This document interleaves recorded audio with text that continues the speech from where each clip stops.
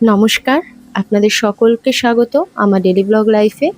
অনেক দিন পর আজ আপনাদের সাথে আবার একটা ভিডিও শেয়ার করছি। আশা করছি আপনারা সকলেই ভালো আছেন, আমিও ভালো আছি।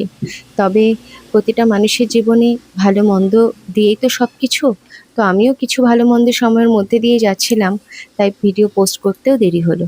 তো চলুন, আজকে আমি যে ভিডিওটা শেয়ার করব সেটা খুব কম সময়ে মাংস রান্না। এই রেসিপিটা আমার খুব পছন্দের।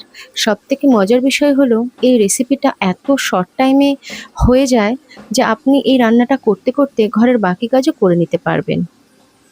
আর এই রান্নাটা আমার ছেলের খুব পছন্দ বলে, আর যেহেতু শর্ট টাইমে হয়ে যায়, তাই রেসিপিটা আমারও খুব পছন্দের। তো চলুন আমি কিভাবে এটা বানালাম দেখে নিই। আমি এখানে 500 মাংস নিয়েছি, একবেলা খাওয়ার মতো আর কি। আপনারা চাইলে আপনাদের পরিমাণ মতো নিতে পারেন। তো চলুন আমি মাংসের মধ্যে আর কী কী দিলাম সেটাও দেখিয়ে দিই।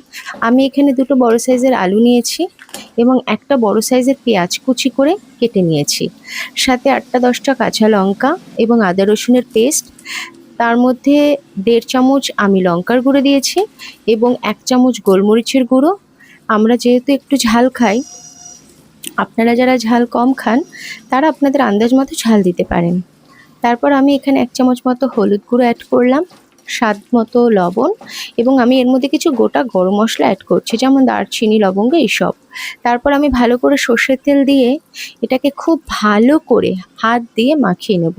এই মাখানোর মধ্যেই কিন্তু পুরো বিষয়টা লুকিয়ে আছে। আপনি যতটা ভালো করে এটা মাখাতে পারবেন, যতটা মাখো মাখো ব্যাপারটা আনতে পারবেন, ততই কিন্তু এটা সুন্দর হবে খেতে। তো চলুন, আর আমি কিন্তু এখানে আলাদা করে কোনো জল অ্যাড করছি না। আমি ওই আদা রসুন যে পেস্ট করেছি ওই বাটিটুকু ধুয়েই জল দেবো, যেহেতু পোলট্রির মুরগি এখান থেকে এমনি একটু হালকা করে জল ছাড়বে, তাই আমি আলাদা করে জল একদমই দেবো না। আর যারা একটু গ্রেভি খেতে চান তারা মোটামুটি এই রান্নার মধ্যে একদম যখন মাংসটা একটু বেশ কষে আসবে তখন জল গরম করে এর মধ্যে দিয়ে ভালো করে ফুটিয়ে গ্রেভি রাখতে পারেন। এই রান্নাটা মোটামুটি 20 মিনিটের মধ্যে কমপ্লিট হয়ে যাবে। তো আমি আর ভিডিওটা লম্বা করছি না, যেহেতু 20 মিনিট কিভাবে রান্নাটা করলাম সেটা দেখানো সম্ভব নয়।